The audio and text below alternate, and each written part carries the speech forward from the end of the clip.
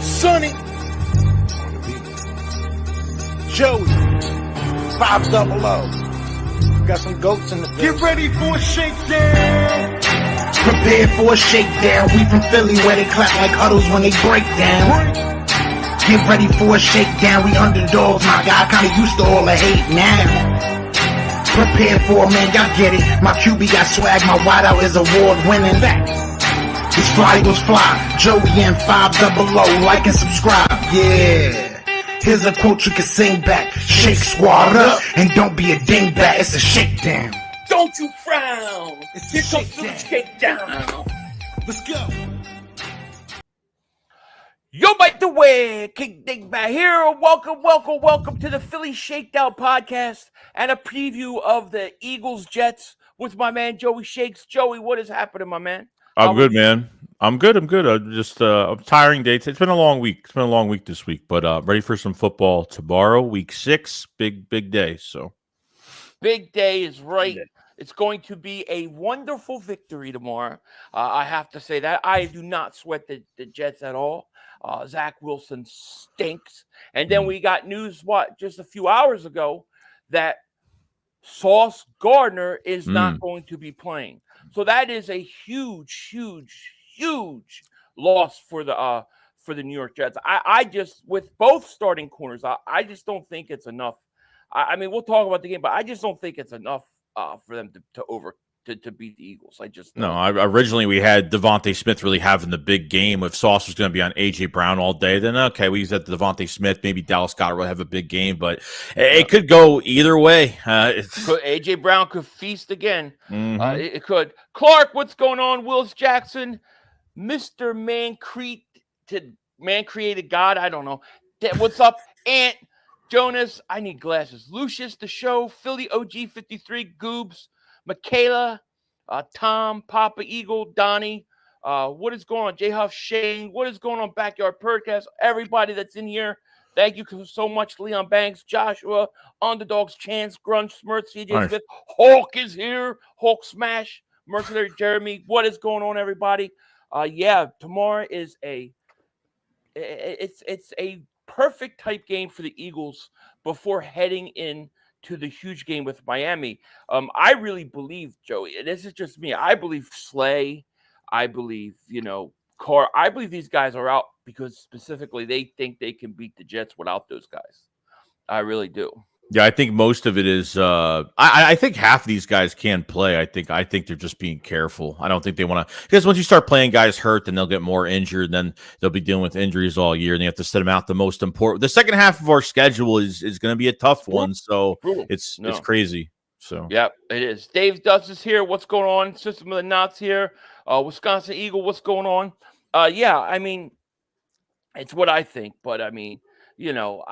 Who knows? We will have Nakobe Dean tomorrow, but we did find out that Quez Watkins is now been placed on the IR. How frustrating has this whole Quez Watkins thing this year been, man? We don't have time for this, dude. Like, they have to make a decision whether they're going to stay with him or, like, what are we going to do? Wait till he comes back healthy when we're at a really hard stretch of our season where – he's going to come in and we have to wait till he gets to 100% while he's playing. Like, we don't have any time for this. So Oz should be the starter. I mean, there were some people saying that maybe he's trade bait. Maybe he's a healthy scratch secretly. Like, there's rumors about that he can get traded. Yeah. I don't know. Well, we're going to circle. I want to circle back around to the Quez thing because we are going to talk about trades and different things in that nature. But as far as this game goes tomorrow, I mean, when you look at we'll start with the Eagles. Like, when you look at the Eagles defense going up against the Jets offense, I mean, does it really scare you? Like, what do you think the Jets got to do on offense? And what do you think the Eagles are going to do on defense? That's the question. I think the Jets are going to try to. I think they're going to have short passes. Obviously, I think they're going to try to run the ball at Breece Hall because Jalen Carter is not playing in this game. This defensive line is still a good defensive line. A lot of Eagles fans are kind of down on Jalen. Yeah, it sucks that Jalen Carter. I thought this would be the game where Jalen Carter is really going to feast against this offensive line that's really bad. The Jets are in ruins. I think they got like 2 to 3 offensive linemen. I mean, hurt. I mean, one guy's been hurt, a few guys. I mean, the offensive line's terrible. I don't think they respect Zach Wilson. Zach Wilson's not going to be respected enough. So I think you have to maintain Breece Hall, get pressure on Zach Wilson. I think you win this because honestly, like as a game from the first quarter to the fourth quarter, this should be a complete game. There is no excuse for us to win by 3 points. You know what I mean? Like I expect this to be we should totally separate in this game pretty easily. I mean, I would think so, but the only way the Eagles don't is if they're overlooking them for that Miami game. Mm-hmm. That's the only thing that you have to worry about. Silver Blaze member for 17 months. Shout out to you, man. Thank you so much. Says, what's up, fellas? What's going on, guy? How are you? Go. Here's what I'll say. Like to me, if you remember our first meeting with the Jets a few years ago with Zach Wilson as a rookie, and the Eagles. Like, this guy stunk the whole season until that Eagles game. And Gannon allowed this kid to have a huge first half against us. Like, you can't show a guy like this any respect. You can't respect this guy or fear him. They need to play him exactly the way they played Stafford in the second half last week. Force him to make the plays that he has to make. Make him deep passes. Make him down the field. Make him have to make the big throw. Take everything short and intermediate away and stop the run game. Force him to make the big throws. He ain't going to be able to do it. If the Eagles do that, it's checkmate, dude. It's checkmate. Yeah. I don't believe Breece Hall can run, but I don't believe you can run the ball in the Eagles, especially with Jordan Davis.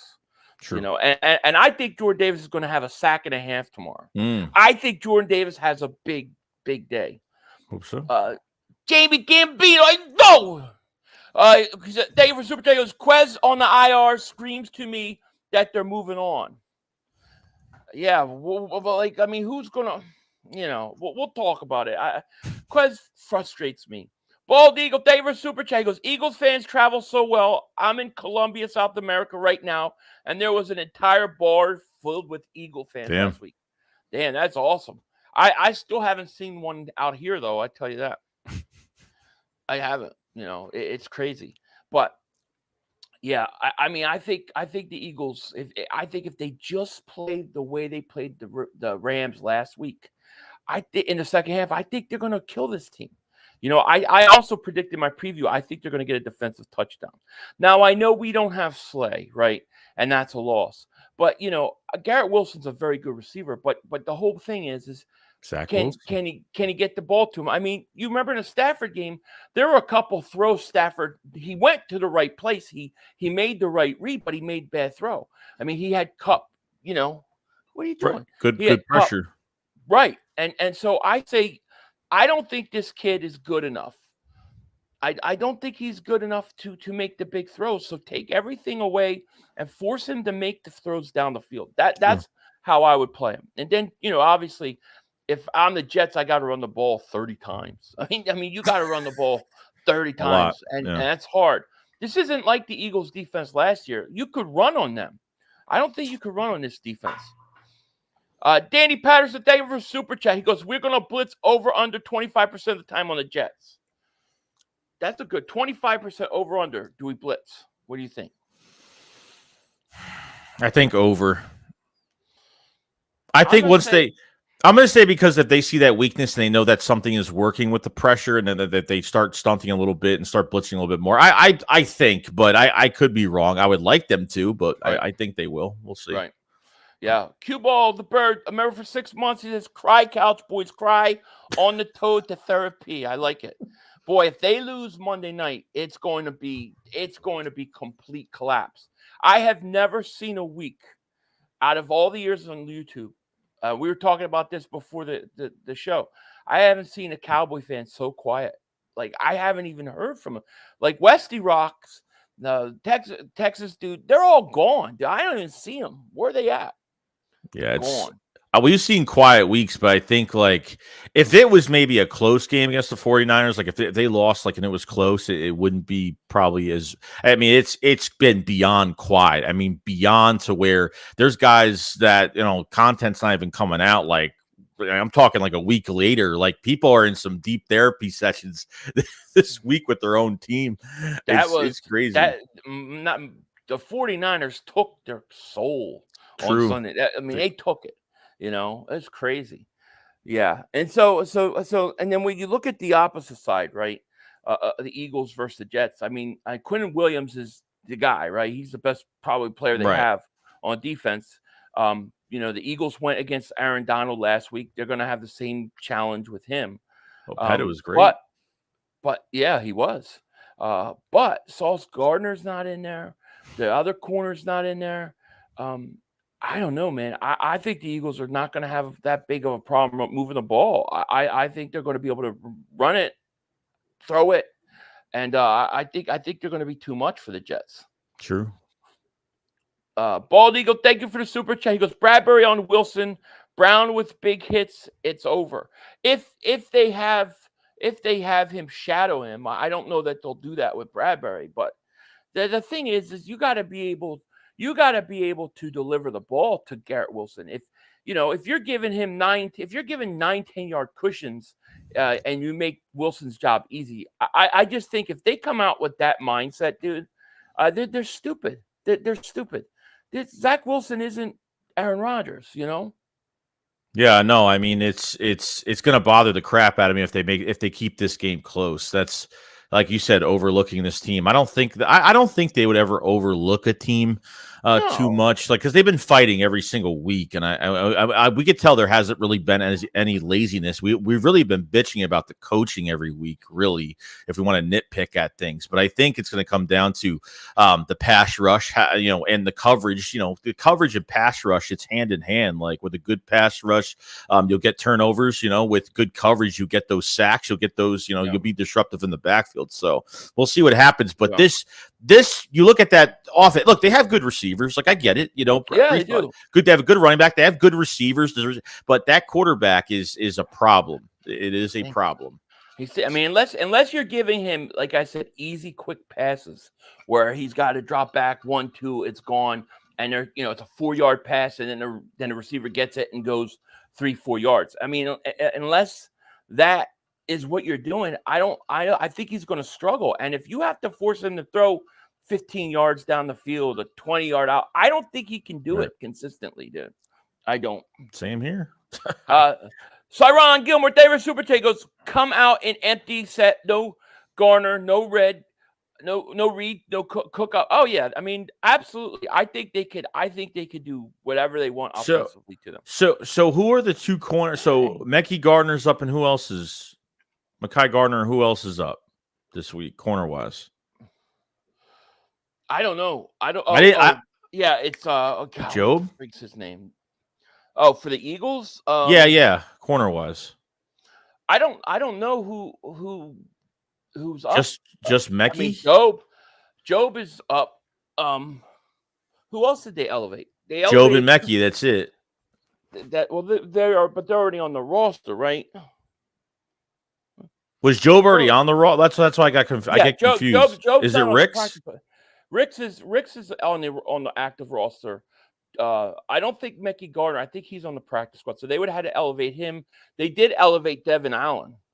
Right. So Allen got elevated, and I don't know who the other person was that got elevated today. I'm not sure. But Ricks will play. Yeah, Ricks will be playing. No, Mekhi got elevated. That's why I was at, because Mekhi did get elevated. So Mekhi and Allen were the two guys that got elevated today. Right. Ricks is on the active roster. Job is on the active roster. Okay. So I'm glad they doing Allen like that, man. Put my boy Allen in. Oh, Richard Kane, man, thank you for the super chat. He goes, Jets are missing their top 4 cornerbacks. Big passing game. Yeah, I think the Eagles can move the ball through the air and the ground, because the Jets do give up yards on the ground. You can run on the Jets. They give up over 4 yards a carry. So you can do both. I think offensively, if the Eagles play to the level that they played versus the Rams, they're going to score 30 points easy on this team. Yeah, This even could Denver. This could be over by the Denver half. had a good screen game on them last week too. I thought the screen game worked really well. I would use Swift on the screen game and get some big chunk yards. I think he'll rip on that. Yeah. Go. I would like to see them get their ass in gear though with the red zone, issue, because teams are going to take away the run or try to take away the run, and force what's his face Hurts to have to make throws. I think you need to start putting AJ Brown in the slot down in the red zone, because I don't think if he runs a slant, I don't think anybody can stop him. You can't stop it. They got to take advantage of his size and get Gainwell off the field in the red zone. Please. I know. They don't. That's what they got to do. They've definitely got to do that.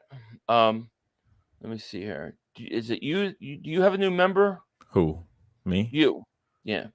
It is me. RB63B. Welcome to the camper tier, man. Thank you so much, dude. Much appreciated, man. Thank you so much. Yep. Definitely. 500. I'm worried about the field. Oh, yeah. Well, that field sucks. Oh, no. I forgot about that. Shit. That field sucks. Well, that's probably why they're not playing Carter and Slay. That field sucks. I mean, what can we do about it? There's nothing you can do about it. You got to play on the field given. Just got to hope. Backyard Birds podcast. Thank you for super chat. He goes, we should mop the floor with this team. Nice hat. Thank you. Yeah, this is my golden Eagles hat. Yeah, this is beautiful. The Eagles, the red years, one, baby. The red one. Now the gold one. It's golden years. The golden years. What's so great about next week is it's Kelly Green week. I am so excited about Kelly Green, except for that if we lose, then everybody's going to blame the jersey, which is going to piss me off beyond. Oh, you know it. Belief. You know it. Eric, day for Super Chickles. Respect to you, 500. Respect to you too, my friend. Thank you so much. It's not mustard. It's gold. Gold. Like if I was a king, I'd have everything in gold. I'd have my toilet in gold. I'd have all my. Oh, stop taking the Better Call Saul stuff. Don't. Oh, that Saul's dude. Bad. Oh, believe me, I saw that toilet and I said, "You're like, I want that. I want that." That's what I thought of when I thought of the gold shit. That's what I thought. Tell me, do you not miss that show? I love it. Oh yeah, best TV show, and we used to talk for hours about that. I know. That was a great show. Radiation Bot, thank you for Super Chat. Goes, it sucks we have to play at MetLife twice. I know. There's nothing we can do about that though. But yeah, it is a concern. It definitely is. No question about it. Mm. So yeah, I mean, I feel pretty good about this game. I mean, out of every game that we've played this year, this game I feel the most comfortable with. I'm nothing, no worries. I just think we're gonna whip their ass. I think if anything less than whipping their ass, we took them lightly because of that Miami game that's coming. But I feel really good about. So this should be an ass whooping. This should be like. What's the spread? Do you know? I don't know. What no, the spread I don't know. I didn't see. I just Eric, David Super Chat. He says, respect to you, Joey. Oh, Eric, thank you too, man. Respect to you as well. Respect is going around. Blue says, can you imagine how big of a toilet it takes to seat filthy?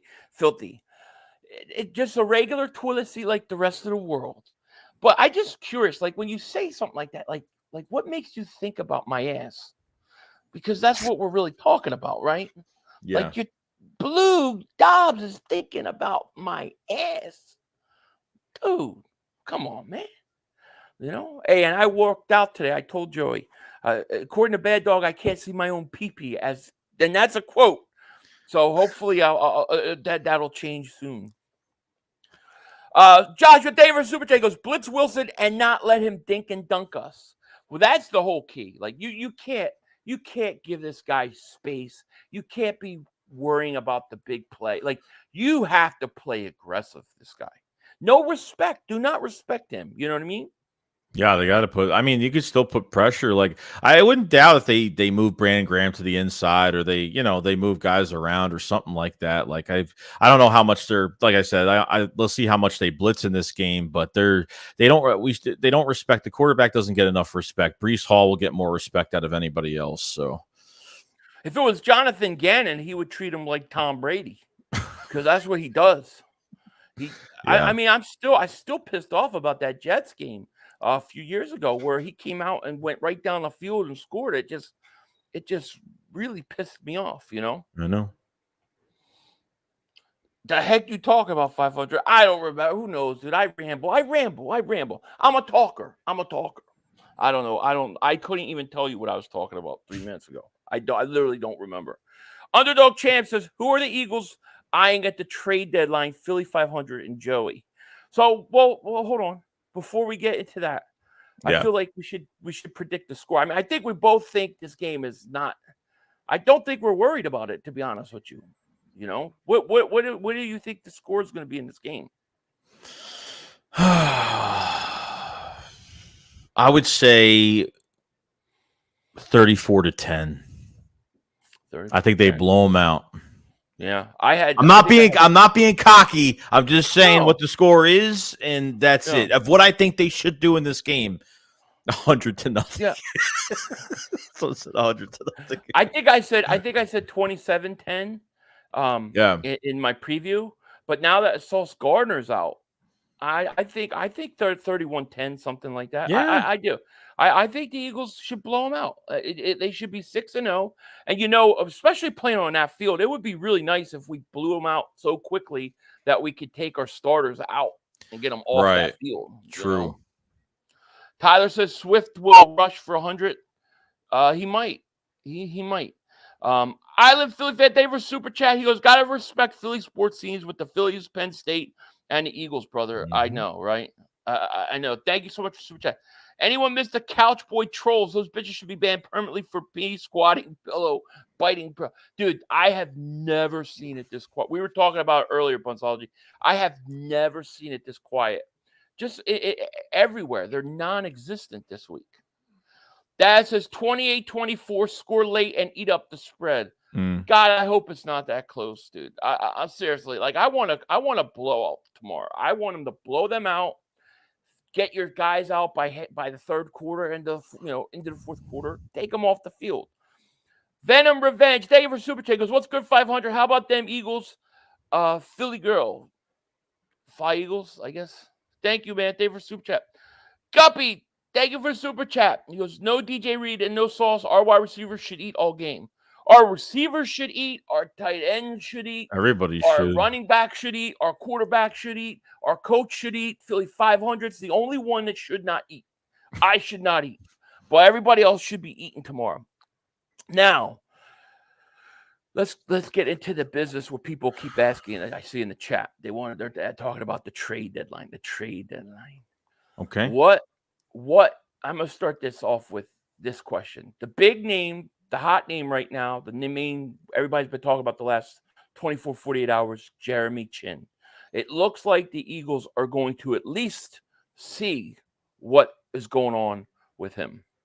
What are your thoughts, man? What do you think about getting Jeremy Chinn? Do you think the Eagles, do you think they have a shot? Do you think that this is something that they would legitimately take a look at? Yeah, I think so. I mean, look, like, I understand, like, people would probably rather get like a regular safety, like a Budda Baker. Even the Denver Broncos are like gonna. Apparently, there's been rumors that like everybody has a price tag on that defense, like the flea market. Like you walk in, there's a price tag on everything. Justin Simmons might be available. Even Surtain might be available. I mean, who knows? I think as a value, I think Jeremy Chinn is that player that could play multiple positions. I think having, just in case, like, I understand you have, Bradley Roby at nickel now, which I think in the second half of the Rams game, he really settled down. But I think as a value, just in case, if someone else gets hurt, he can move around the field a little bit. And I feel like you need that guy that could play multiple positions. I think losing Chauncey was the biggest, like I said, the biggest problem. Justin Evans is on IR right now. Sidney Brown's been dealing with the hamstring, and when he's healthy this week. Is he healthy this week, Sidney Brown? I don't even know what's going on with him. He might play. He was questionable. He's questionable going into the game. So he's 50-50. He'll probably play, but I don't know how much. Yeah, I think that's the number one move, and I think it's only going to cost maybe a 4th round pick, if that. Wow. Well, I mean, see, I like the idea of Jeremy Chinn. The only thing that would make me wonder is if you got Jeremy Chinn, would you sign it? Would you want to sign him long term, or would you just want him for the year and then hand it off to Sidney Brown next year? I guess you could worry about that later. I like the idea of Jeremy Chinn. I mean, dude, the Carolina Panthers do not have any 1st round picks. They don't have a 1st round pick. They've got to get rid of guys. Actually, I would like to get him and Brian Burns like packaged. Yeah. Even Frank Clark's available. Lawson from the Jets. Apparently the Jets, he was a healthy scratch last game. Apparently he's available for trade now. I mean, they're going to get rid of Dalvin Cook. I mean, it's crazy now. Like there's a lot of players. Like, could they make 2 moves, or do you think like, you know what, let's just add another pass rusher. Let's maybe, get Derek Barnett out of the building. I don't know. Well, dude, I'm all for that.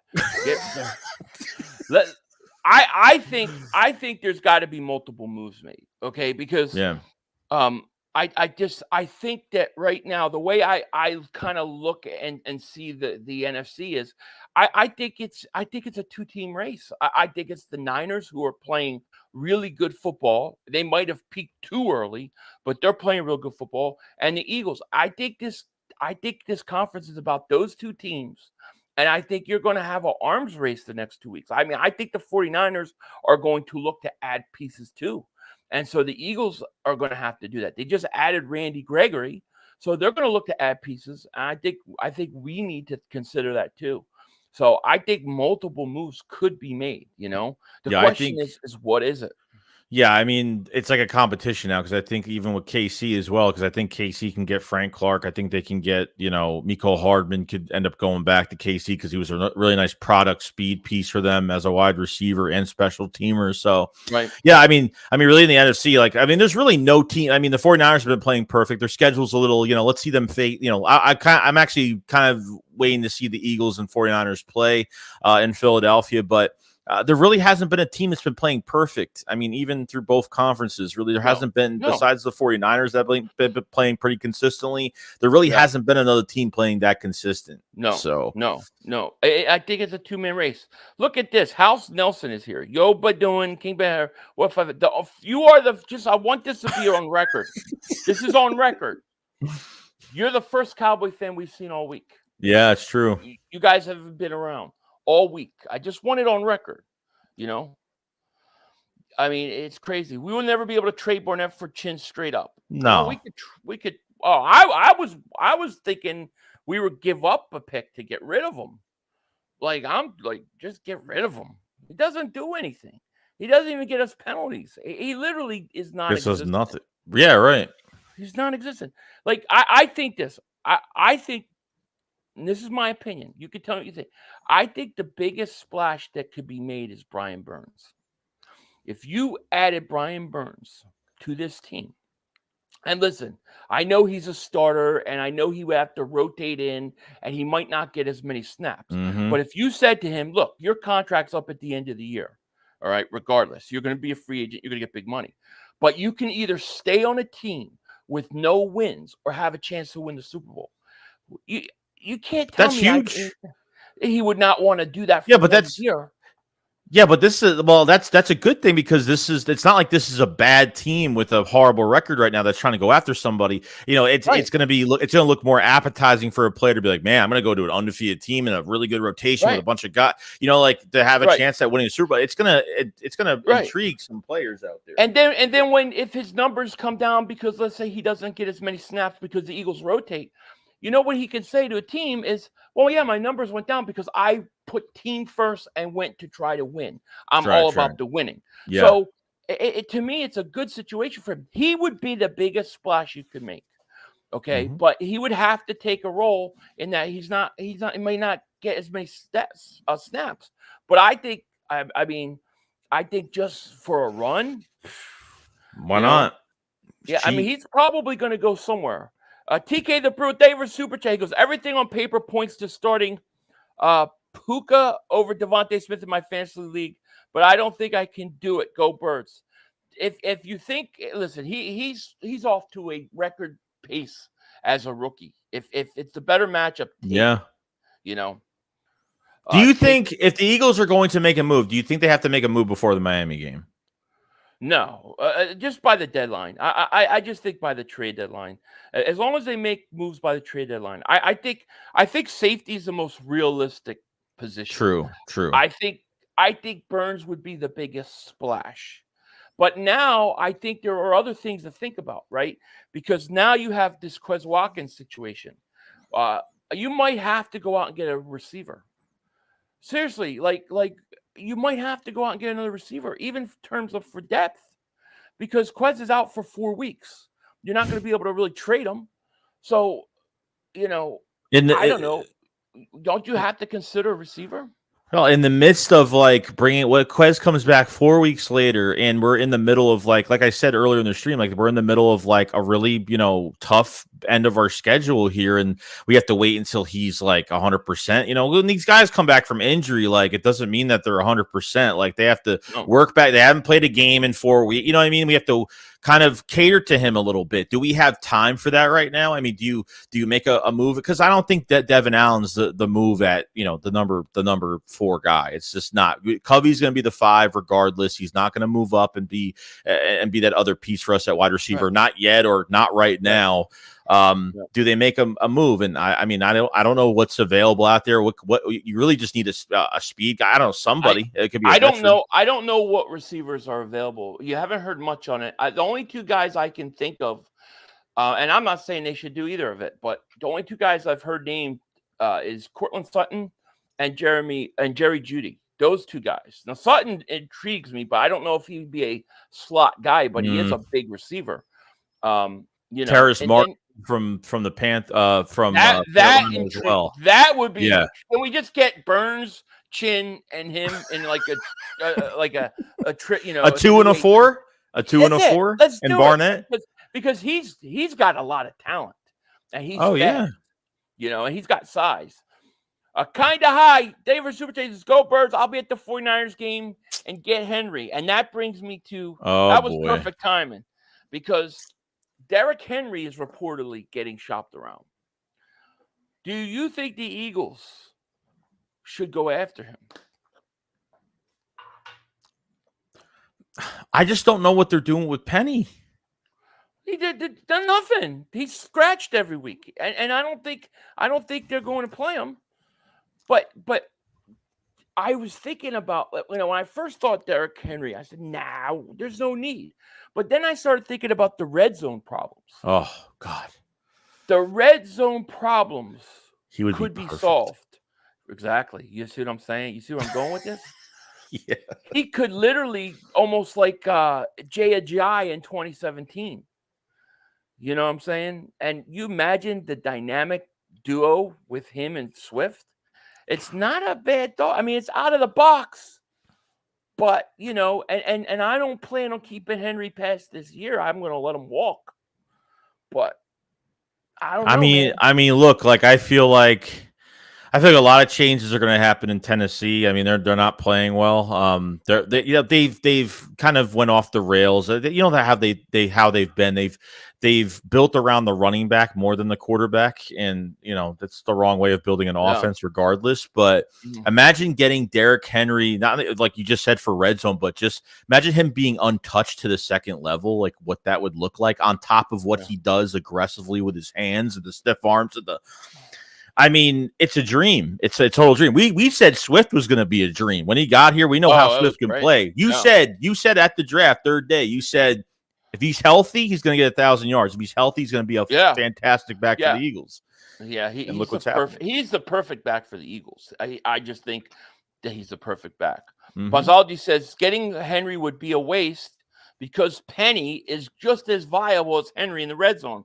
How could you possibly know that if they don't even dress this guy?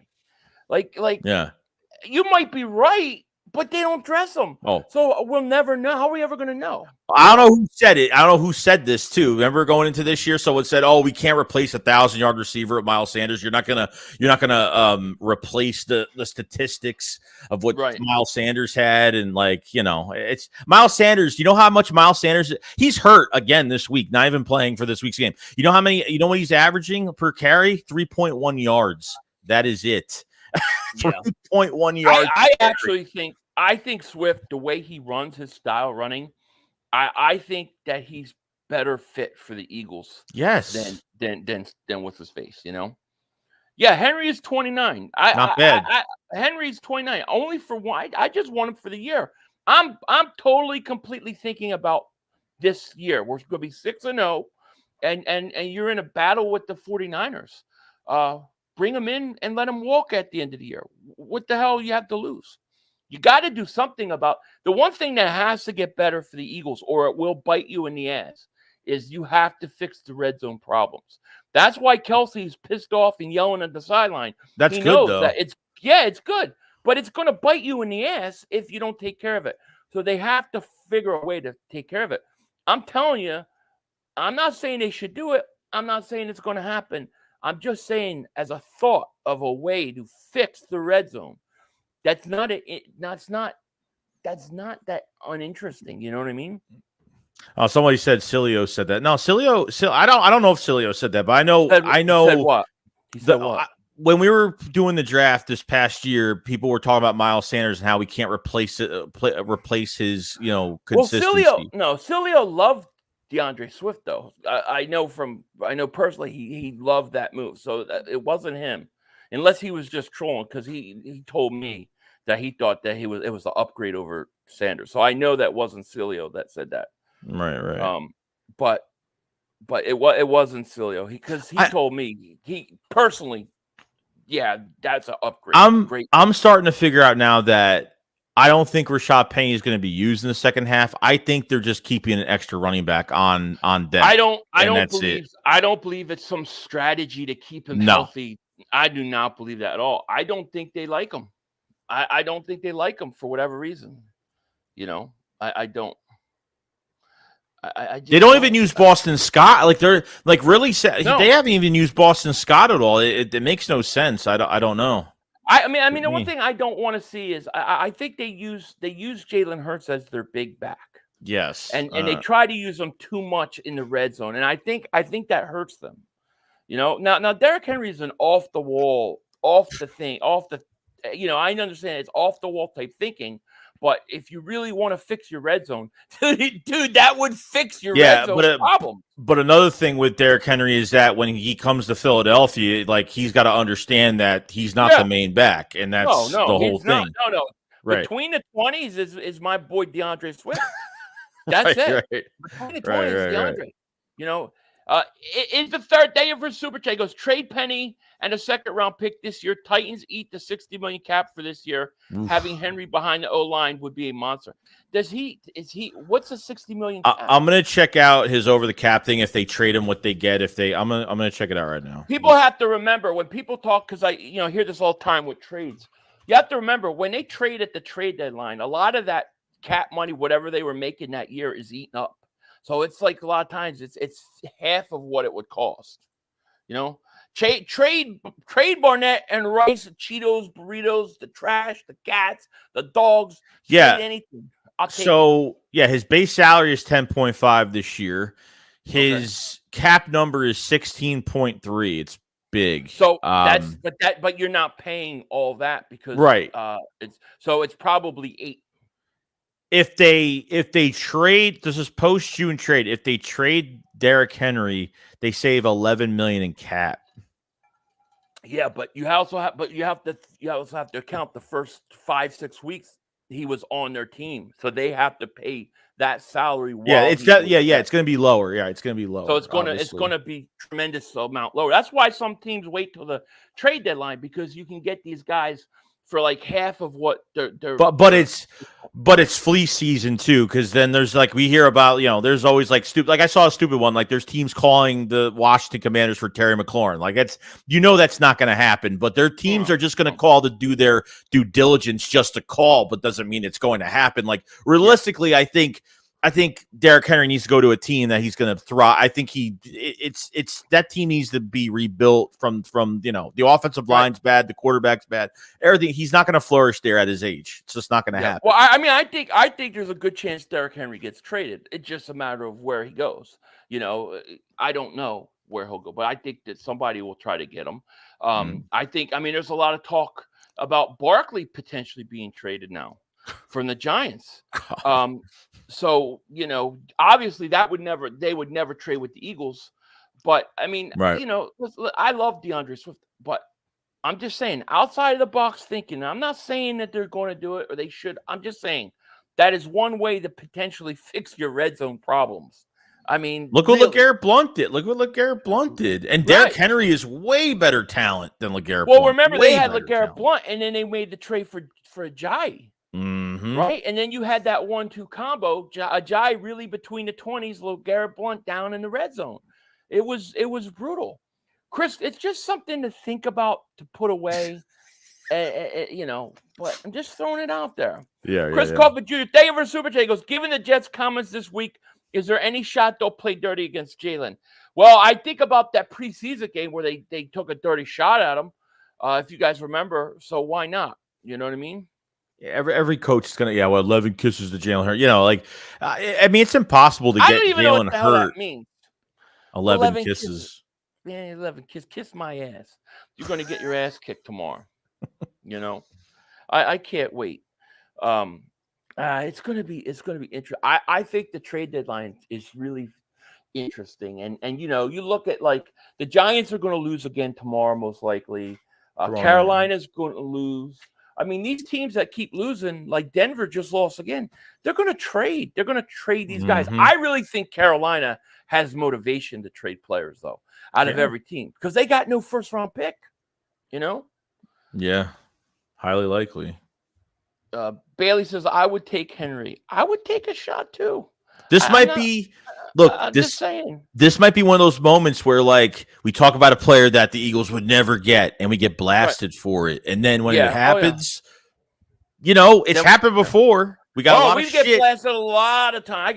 We got humiliated talking, even mentioning A.J. Brown. But I mean, I'm not saying they're going to do it, but I'm just saying maybe if you look at the Reds, like, what would fix the red zone problems? Because the red zone is a legitimate problem. We've got to solve it, Do they not? I mean, they take DeAndre Swift off the field in the red zone. I don't understand it. And then they put Gainwell's not going to push the line, No. Just saying, it's something to keep. It's something to keep in mind, just in case. Just in case. I'm saying Henry behind this line would be crazy. It would be crazy. And you do know that there's, I mean, I don't know what everybody thinks, but I think there probably was some sort of truth. Yeah, about think so. The Derrick Henry to Philly. I don't believe that was just all bullcrap. There was some truth to it. It fell through, but I believe the Eagles probably talked. I believe it. Yeah. Davey says Brian Johnson is a red zone problem. Well, I think you're right in that, like, trying to make Jalen Hurts your power back down there and run them too much in the red zone isn't good. I mean, first thing, I would keep Swift in there. I mean, do you want to get a blocking foot? Even with Swift, though, you think they should be able to push the ball 2-3 yards. Oh, at least with Boston Scott, you could run to the you could do it because he's sneaky because no one could see him. He's got that big lower body and he's sneaky with his speed. So Boston Scott's been a pretty good red zone guy for us, but they either run with Jalen Hurts or screen power or something abnormal. So there's things they could do. Like I'd put A.J. Brown in the slot. Throw him. Try to throw him. Dallas Goedert. You Dallas Goedert. Yeah, put him on the outside. Let him go 1-on-1 and throw it up and go up and get it. There are things that they could do. That they've got to do a better job in the red zone. The red zone is about execution, and it's frustrating that team because they have not been. I mean, dude, they could have blown these teams out if they True. would have converted some of these. It's something that hasn't hurt us yet, but it's one of those things that you don't want to see it come back and haunt you later on. Jake Elliott. That's all I got to say. Jake Elliott's been the most consistent kicker this year. He's been I know, he really money. has. He really has. Money. He's MVP of the league. Mhm. Backyard Bird Podcast. David Super J goes, giving us bulletin board material is a mistake. Oh, I agree. Fletcher Cox took a shot back. Yeah, I think this is a beating. I mean, I think this game is I think by halftime this game's over. I honestly think this is a blowout. I think it's going to be a big beating. CJ from Virginia says, the reason why there's Swift out and Gainwell is because Kenny G is the best pass protector. The other backs are really bad at it. That said, I want Swift in there in the red zone. Well, yeah, I understand that too, but I would take the chance with Swift pass blocking and have him out there in the red zone before, But why? But why pass that much? But why? If that's the case, then why pass that much in red zone? We have a really good run game right now. Like, why pass in the red zone? And you become, but it also becomes obvious too, because if you take out Swift every time you're going to pass the ball and Gainwell comes in, so you have to almost run Gainwell to keep him honest. But nobody fears Gainwell. You know what I mean? I mean, at this point, if you can't look at the difference and see the difference between Gainwell and Swift on the field, I don't. There's nothing I can tell you. There's nothing. It's such a big difference.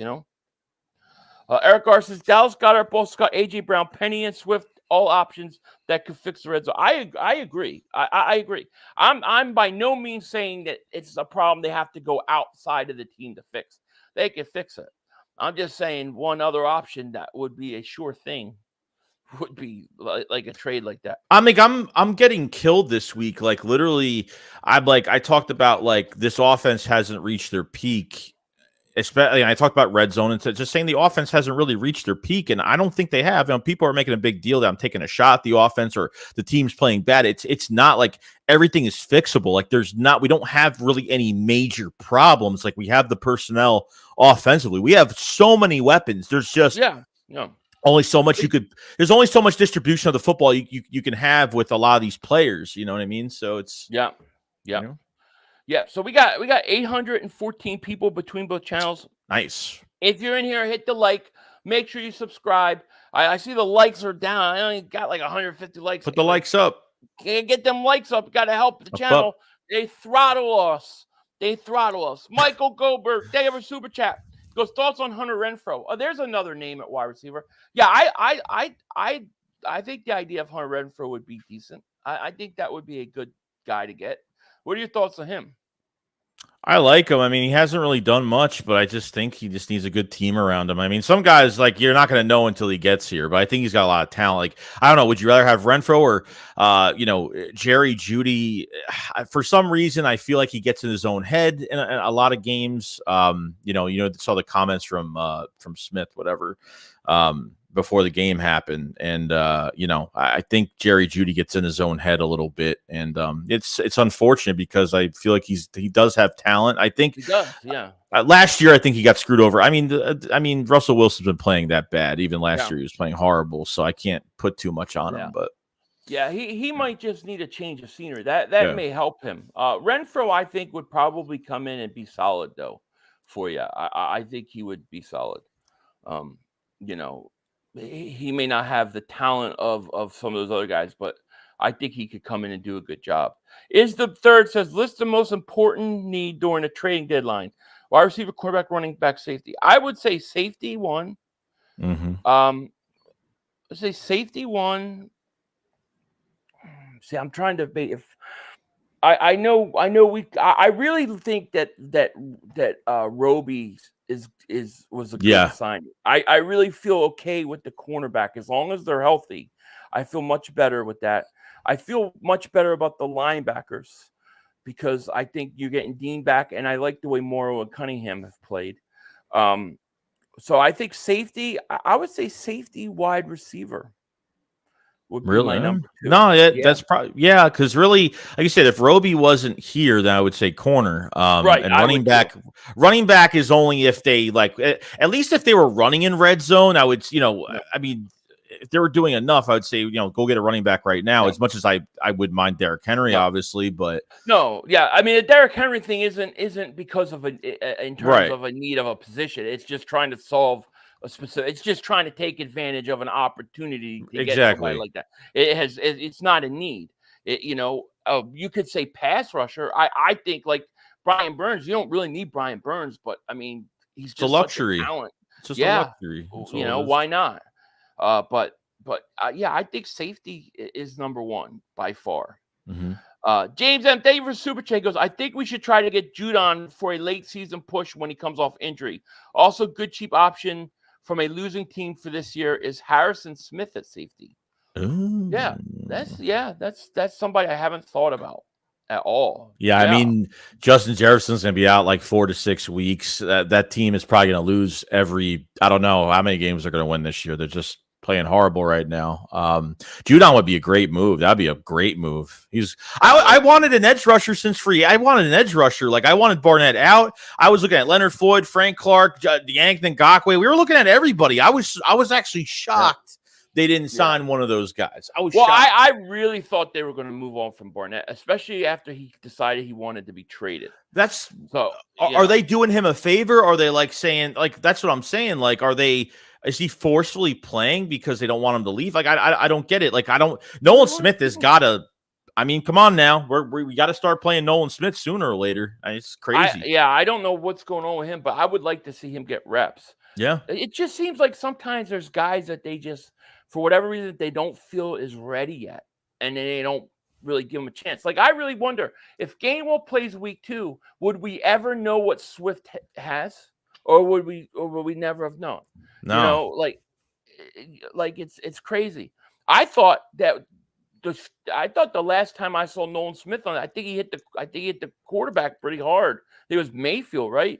That's why he looked pretty good. Get him. That's out there. why every time we have injuries, sometimes injuries are like a blessing in disguise. Like when back in 2017, when Darren Sproles got hurt, we would have never used Corey Clement. Like when we were going to use Corey Clement went in and he was just amazing. Like he was a 1-year wonder, but he was amazing. Same thing with if Gainwell didn't get hurt or wasn't in for the game for that second, and 175 yards rushing. I mean, who knows? We know that Swift had the talent. We know that, but it's just, are you going to put these guys in? Are you going to use them?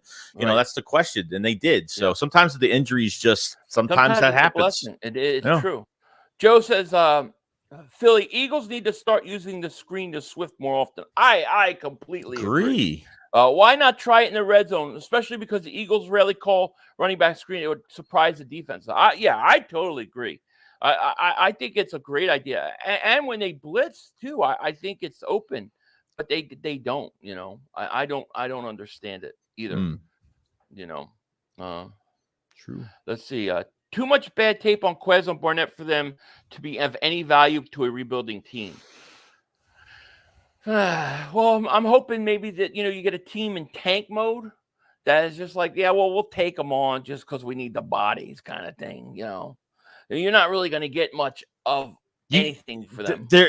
We can't do this thing where if I'm telling you, if Zacchaeus has had a better year, obviously, and that really, has a touchdown and a couple receptions, not much, but if Zacchaeus balls out the next few weeks and they put Quez Watkins back as a starter, it's going to be a problem. It's going to be like I feel like there's way too much loyalty. Like, you got to play the man that's got to play the hot hand. Same thing with Nakobe Dean. Like, what's going to happen now with Nakobe Dean coming back to the lineup? Like, I don't know I've been trying to look at information during practice all week to see if Nakobe Dean was actually starting. I saw there was a couple shots of Nakobe Dean and Cunningham. Like they have to do now. Like, Desai has to distribute these carries. Like, play with the hot hand. What you have with seriously. Well, if they don't play the hot hands, then you got to wonder if it's coming from upstairs. We drafted this guy in the 3rd round. We want him out there. Right, right. You get into that whole thing. Khalil says we need Howie in fleece mode.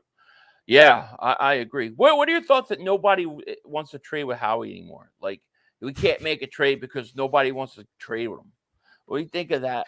At least we know that he'll never get fleeced. Howie never gets fleeced, and that's just we're looking for players that are on the last years of their deals, whether they're either going to be rentals for this year or they're going to be long term. If Howie thinks, oh my God, this guy's available, let's try to get him. Like, this is a long term guy. So because Howie is always thinking ahead, not just for the moment. That's what I like about Howie, because he'll think about next year's draft. He'll put everything into motion. So if they go get a player that really has a lot of value to the where they're like, you know what, this guy might work out. We might not have to sign a safety for another few years. They'll make that move right now for the future. So it could be a rental or a future sign. You never know. Well, everybody, let me just say we have a crackhead in the chat. Well, crackheads here. Eagles can't beat Dak, though. Guess what? The Eagles don't have to beat him because everybody else beats him for us. He stinks. Copy David Super Chat. He goes, Howie is going to make a trade nobody's talking about. Absolutely. Always happens. What happened? Oh, my speaker's just connected to something. I don't know. I was on another screen. I had to look at something, so I came back. I saw your eyes up, so I thought you saw something for a second. Oh, I was like, what the hell?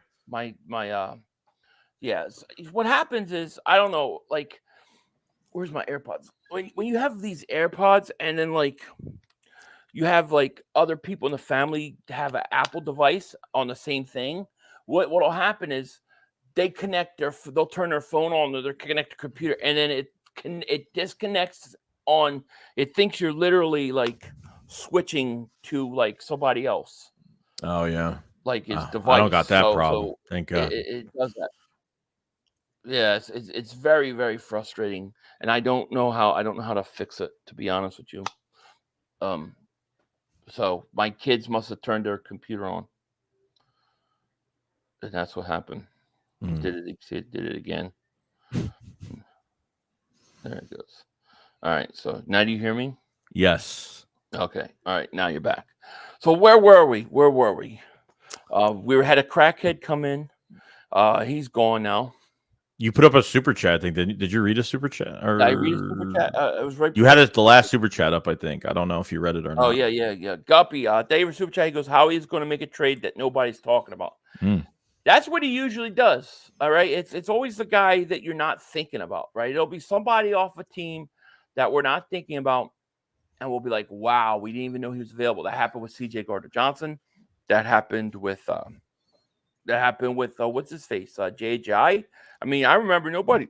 We need Philly 500 to have a dream tonight, because usually when he has like these dreams, they come true. Most of them do. Yeah. Oh man, what's the last dream I had? I did have a dream not too long ago. I can't remember what it was. I don't know.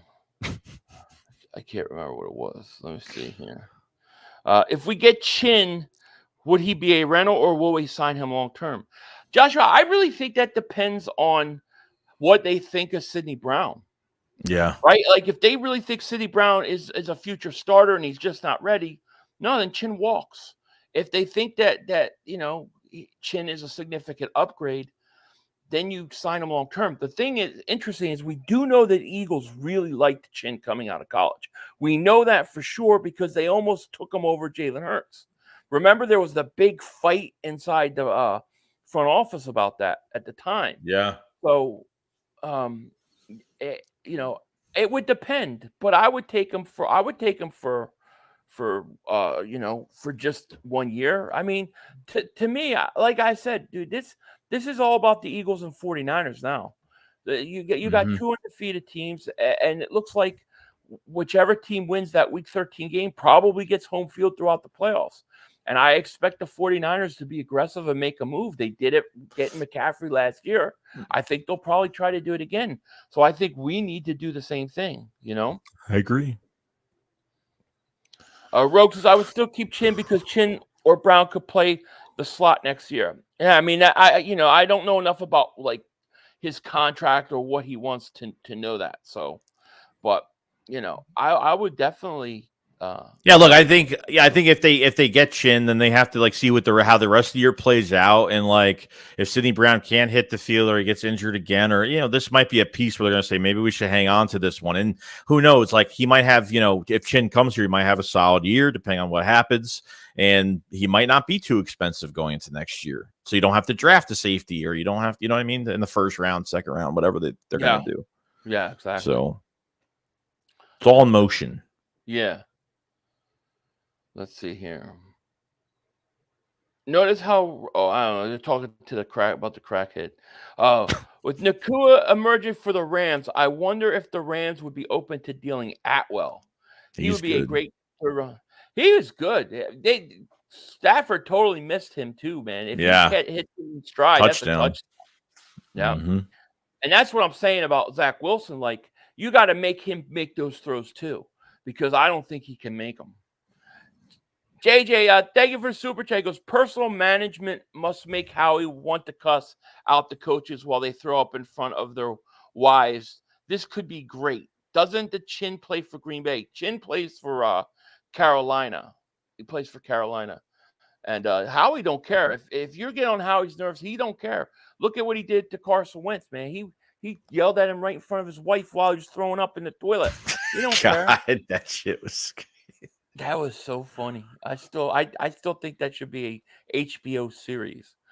Cheese Boy, thank you for the super chat. He goes, Cowboy fans just say Dak owns the East. Dak owns the Eagles. In reality, half of Dak's wins on the Eagles are against backup quarterbacks and one being over the practice squad.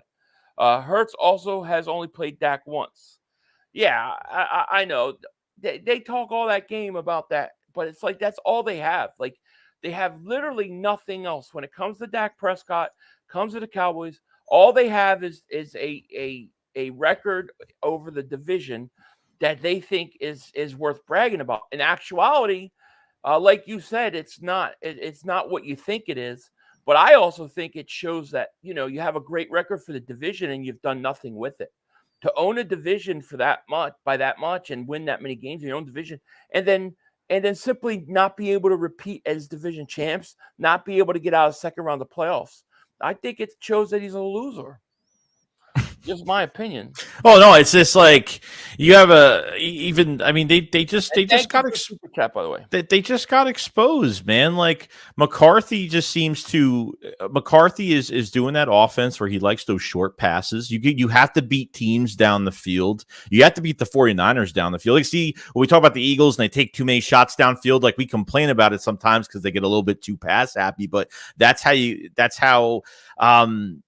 have to play. And I feel like they're catering to Dak's, they're bandaging his weaknesses in that offense, which is him being a pocket passer, throwing downfield.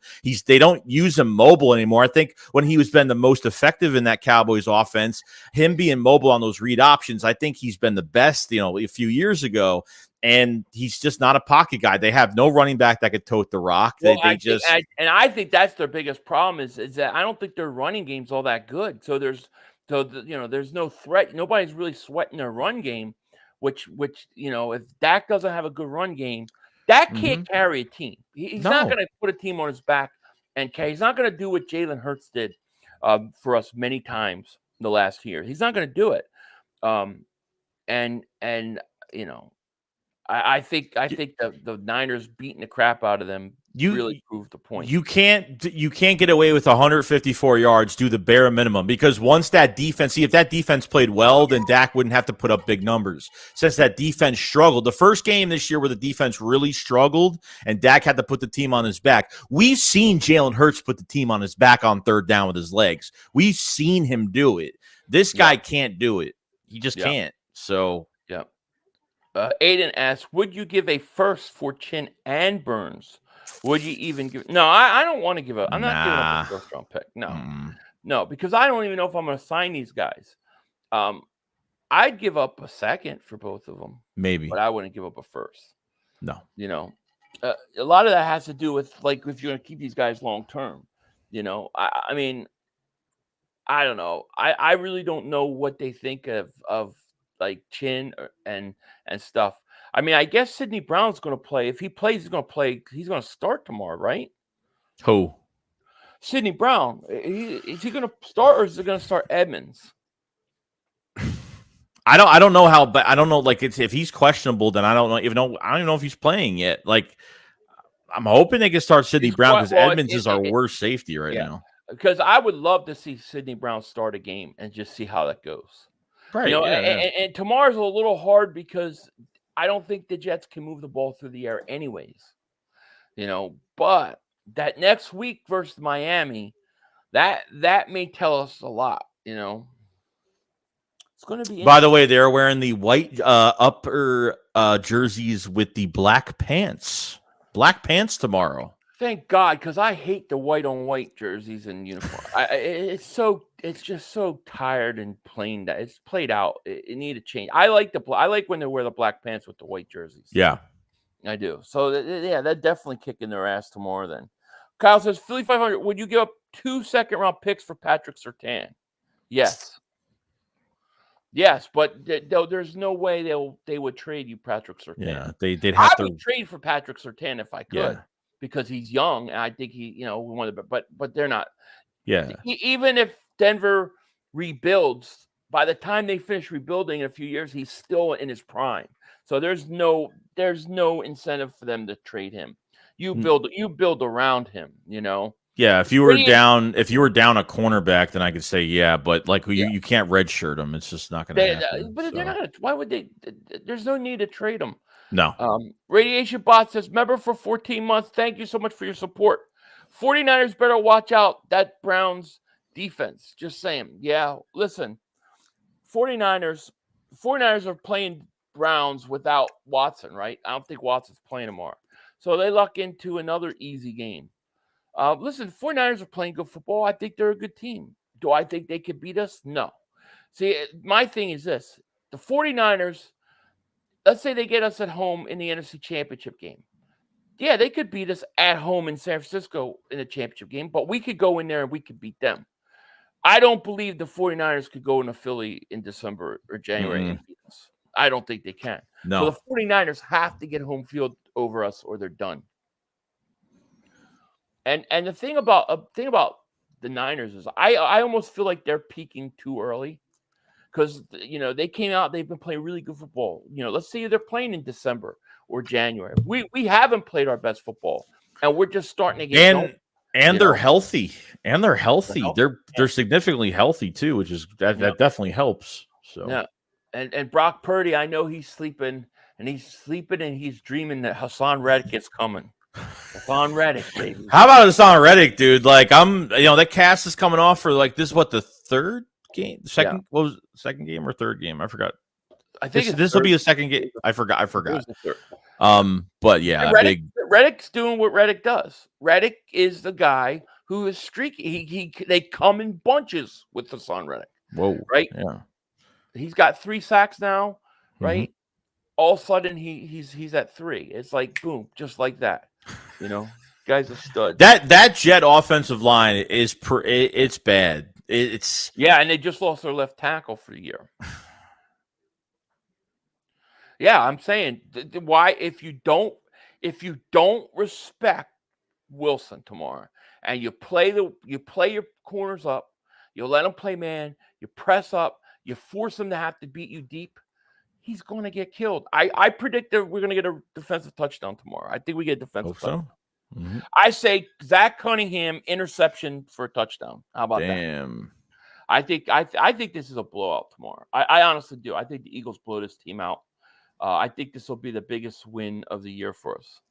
The other thing about the Niners that people, especially in San Francisco, don't want to talk about is their coach is a choker. How many NFC Championship games has he been to? How many Super Bowls he's been to? He doesn't win. He doesn't win the big game. True. I'm just saying it's the truth. 500. Did you see where Goddard got fined for his stiff arm? Are you serious? Oh yeah, he got fined on the. Yeah, he got fined for an aggressive stiff arm, $11,000 fine. Like that's crazy. Like Derrick Henry does that shit every week. He doesn't get fined. Like Derrick Henry is probably the worst at doing that. But you have a guy coming at you, dude, and when Goddard caught that ball, he broke one tackle on the left sideline, then he stiff armed that guy. That's what they fined him. It's crazy. It's a snowflake. They need to do something about these refs because I mean, I always say I don't think the games are scripted, but when you see some of the things that the Kansas City Chiefs get away with, Oh, Jesus. I mean, it's indefensible. You can't defend it.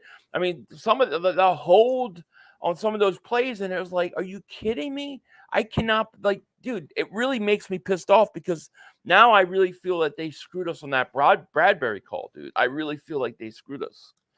I'm seeing guys doing the same what Bradbury did in that game and a lot of games this year, and sometimes they don't even call it. Like, let these guys play. It's ridiculous, if they don't call that, if they don't call that, the Eagles will win in that game. I have nobody will ever be able to convince me that we aren't going down the field and scoring. It was going to happen. $11,000 is shit for. Well, yeah, but still. Goddard. But I don't know. I don't even think they should have fined Kittle. They fined Kittle for his shirt. I don't think that should be fined. I actually respect Kittle for that shirt. And I think a whole nother problem with speaking about the Cowboys, I think a whole nother problem too is like they're really fucking soft. Cowboys, yeah. Like I'm the players. Like I'm speaking like Micah Parsons. Like now you made it like his stupid podcast, dude. Like he's on social media way too much. He's putting a like George Kittle had every right. He scored 3 touchdowns. He just he crowned you guys. Like he scored 3 touchdowns. He could do whatever he wants. But the old school way of football is like these guys just went out and did their job, and that's it. They proved it on the field. Like there's too much talking. Like it's just making you guys look bad. Like you don't see Jason Kelce doing that shit. Like you don't see that happening every week. It's just some guys just need to shut up and play. Like now you made it personal. It should have been personal after you lost that. It should have been personal after losing that playoff game, and the 49ers were ready, and they twice 2 years in hit them in the mouth. Right. It's not personal. You just lost to this team 2 years in a row. When the 49ers come to Philly, we know it's personal. Like personal. when they were before the NFC Championship game, I forgot who said it, but I know one of the 49ers players said that they're the more physical team, and that went all around. That went all around, and we didn't. Nothing, and they just they physically took them out of the game. I'll give the 49ers this. At least they stopped bitching now that the season started. That's not true. Hearing them bitch anymore. Cowboys are a very soft team, and I think Parsons saying that it just makes me wonder where these guys' heads are. If I'm the Cowboys and I lost to this team 2 years in a row, I'm going to kill them. But it's just off of one loss. Like it's off of one loss, your first loss of the season. Like that's what I'm saying. Like if they lose against the Chargers again, Kellen Moore is going to have something to prove. If Kellen Moore, if they get beat, like they're down 3? If they get beat, it's going to be chaos. It is going to be chaos. Oh yeah, a lot of people will be on the hot seat. Are going to. They're already turning on Dak. They already want Trey Lance in there, dude. Dad says refs are ruining football. They are. I agree. I think it's becoming harder and harder to defend it anymore. Dibben, member for 9 months. Thank you so much. He goes, Dak can't throw to the left. To the left, yeah. It's probably a good point. Yeah. I see the only thing with the Chargers, though, Chargers have talent, but dude, they always lose these primetime games. They're almost like Kirk Cousins, dude. I just don't know what Chargers we're going to get. I don't think their coach is very good. I think he plays to not lose too much. I don't know. I don't know if they can beat Dallas because I think that Dallas is desperate. If Dallas loses this week, it will be the greatest week of my life. It will be like these people are having complete meltdowns now this week. Can you imagine if they lose? Yeah, it's true. It's unbelievable. N'Kobe's going to play. Yep. They're still defending Prescott. Some of them. I mean, they're blaming it. I saw a lot of them say that he's not good. He's not the guy. They're blaming it on the scheme. They're blaming it on who they're trying to open the passing game to. Like that's.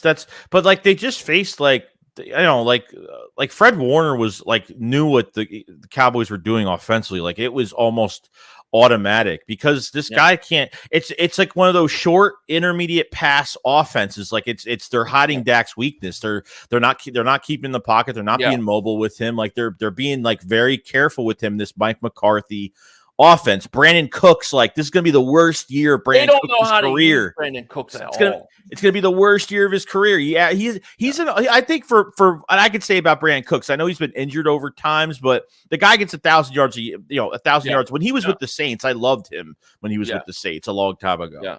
You know. Well, he's a big play receiver. He's going to get you the big play downfield. They're using him and as a special end arounds. It's like they don't even know how to use them. And I don't think their running game. I mean, they got that Pollard's coming off that injury from last year. He looks slow to me. I don't think their running game's that good. That their lines beat up, and everybody, and the book is out on Micah Parsons. You just run at him. Run it, and it's bad because he avoids. I was watching tape that people were showing on him, and he literally tries to run around the blocks. It's bad. And he's getting these little injuries now too during these games. He's getting injured a little bit here and there, but I don't think they have. Are they out both their corners this week? I don't even know. I don't know. I know Diggs is going. I don't know what's his face, but I could say this. I think if Dallas loses this week, I think it's complete. I think it's going to be mayhem, chaos. I do. I think Jerry will say something, and I think we will be coming to implosion time, and it will be glorious. It will be glorious. Torville says Dak has limited mobility now. He hasn't been able to adjust, and now he panics and throws into coverage. I agree. Dude, they benched him at the end of the game. They didn't even let him finish the game, dude. Yeah, I know. Mamba says it. Remember, it's never Dak's fault. I know. Dude, I watched Mark's stream, and it's like, dude, Dak throws an interception, and he's like, the first thing he does is blame the receiver. Before it's like it just gets picked off. He's like, oh, what's the receiver doing? It's like it's never Dak's fault. It's just unbelievable to me. It really is.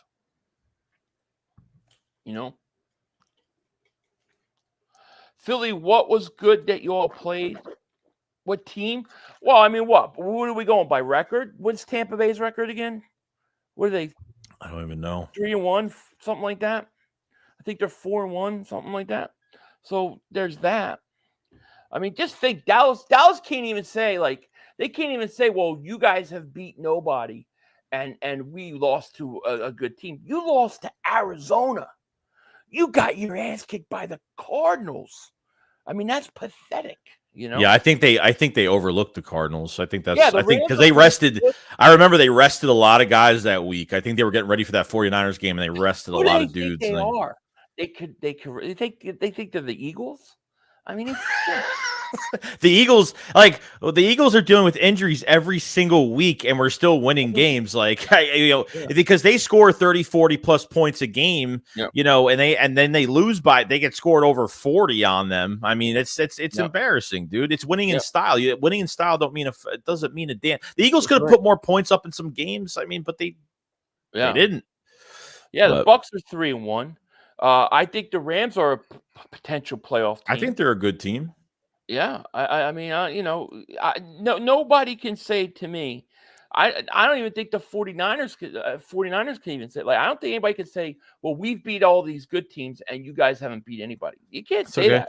Because once Miami comes to Phil, I think it's going to take the Eagles beating Miami. And that, who knows, that might, because I already see comments. I already see all that crap now. It's like we've had a easy schedule so far. It's the same shit. It's like, worry about yourself, man. Honestly, the Eagles are taking care of business because they're not winning because the Eagles could have easily lost. The Eagles could easily lose any of these games. These are the games they're supposed to win right now.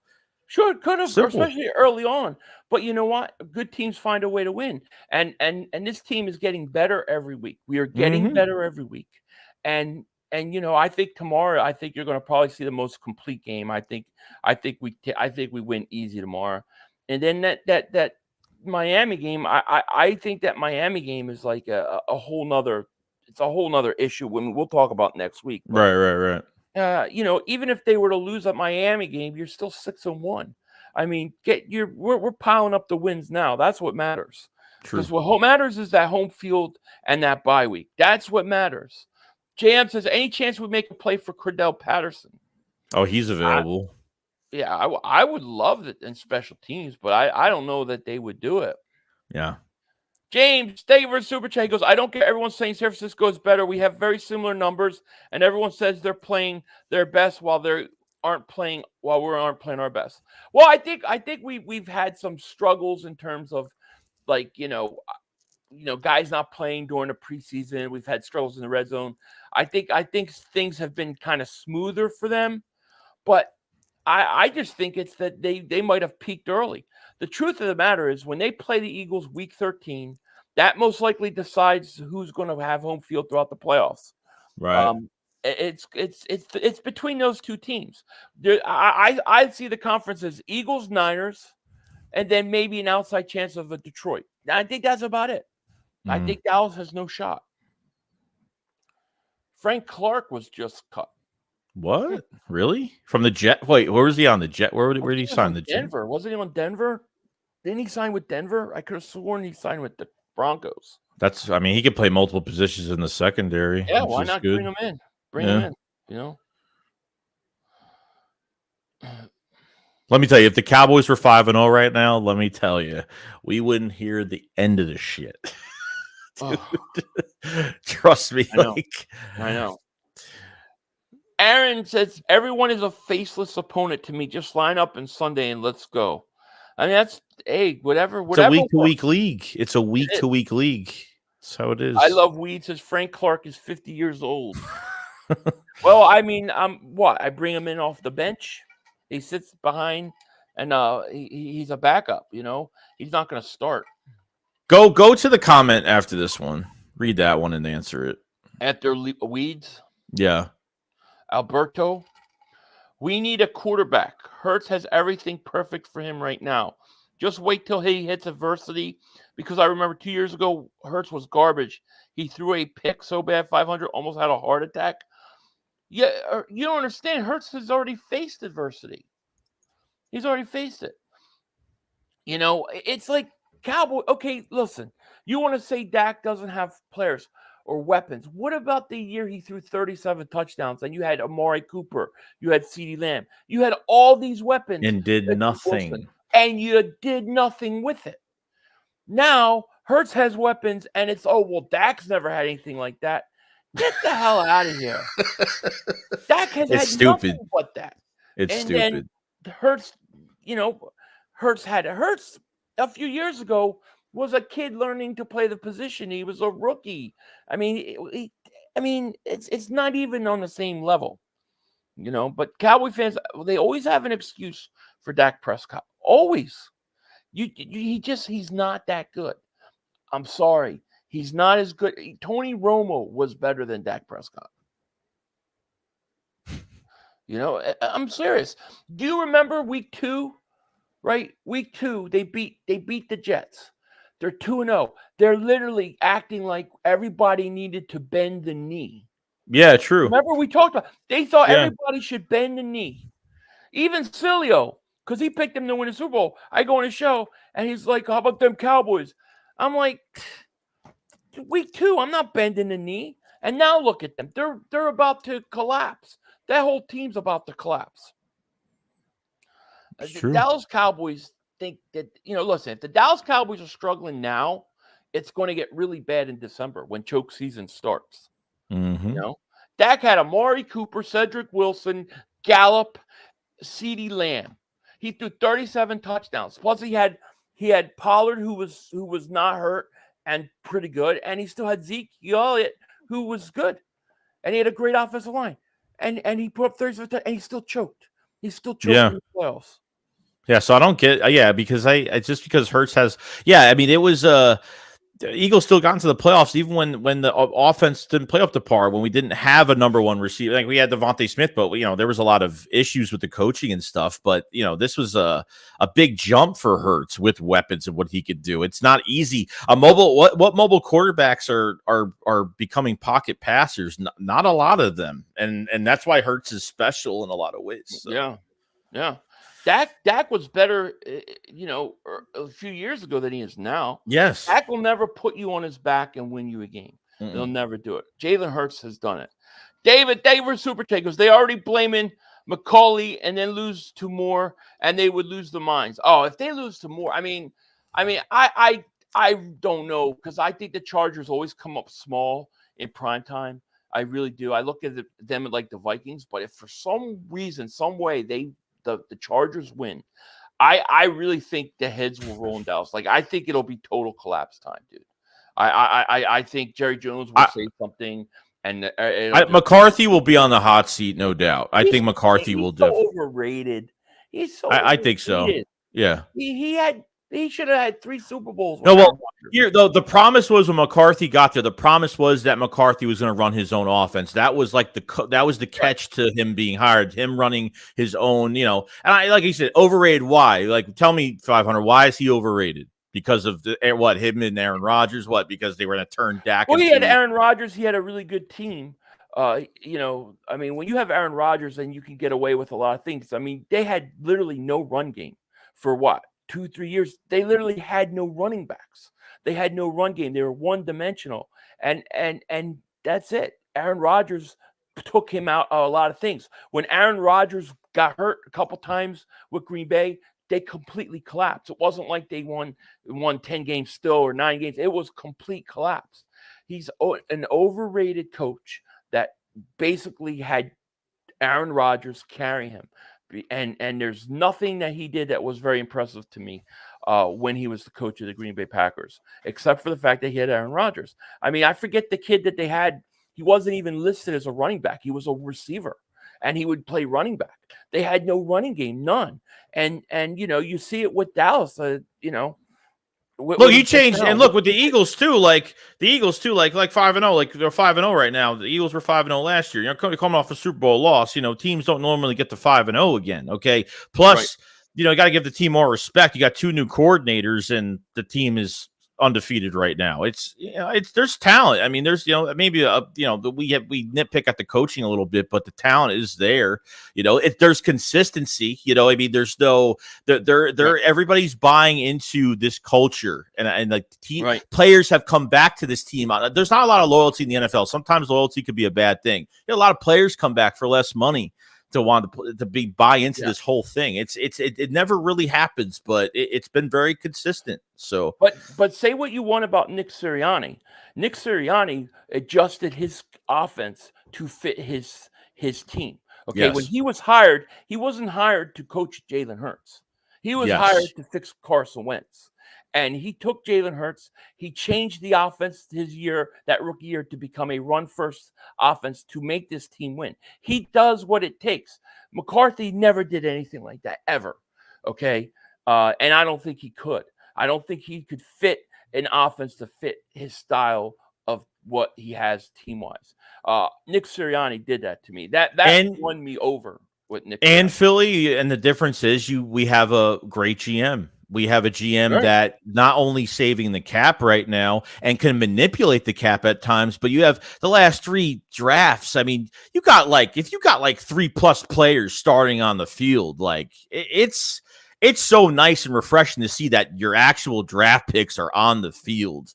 And it's great that they're producing, and the trades that they're making, not only thinking about now, they're thinking about the future. You're getting, 2 years, 2 first-round picks. I mean, you know what I mean? Like, we have multiple first-round picks. You came off a Super Bowl, and you just took the best player in the draft. Teams handed Jalen Carter. Jalen Carter came to us on a silver platter with flowers all around. It's crazy. It's crazy, really, dude. It's going to be one of those things they talk about 10, 15 years from now. Like, how did that happen? Papa Joe Flick David Super J goes, "Hey, fellas, love middle of the pack Dak." Yeah, exactly. The pack Dak. I like it.